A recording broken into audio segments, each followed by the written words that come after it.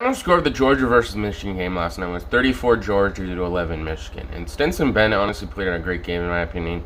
He had 310 yards and 2 touchdowns. And honestly, I feel like that's what had been kind of holding them back, Stetson Bennett in general. He didn't really play that great of a game against Alabama. And honestly, the Georgia defense played really good last night, stopping Michigan on every drive they had pretty much.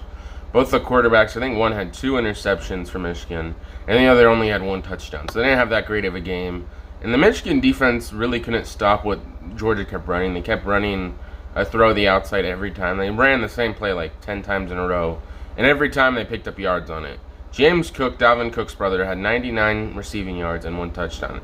Most of the receivers on Georgia actually had a great game last night, especially the tight end. And it was honestly a great game for Georgia. I was kind of surprised. I thought Michigan defense would have played better, and their offense. And the main thing about Michigan is they really couldn't get the run game going, which was really a main part of their offense, and they really couldn't just get that going at all. The score of the Alabama versus Cincinnati game was 27 Alabama to 6 Cincinnati.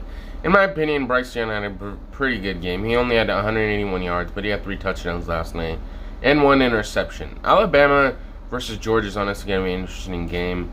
I think Alabama is probably going to win that game, and honestly, I think that it's not going to be that close. I think it's going to be about the same as it was last time. I think it might be a blowout, but I don't know if I really want to see a blowout on the national championship again. Last year, Alabama versus Ohio State was kind of a blowout, so I don't know if I would like to see that again. Will Anderson Jr. had 2 tackles last night with 3 assists on each tackle. He honestly had a great game in my opinion, and this next year he's probably going to be one of the first drafted picks in the NFL draft.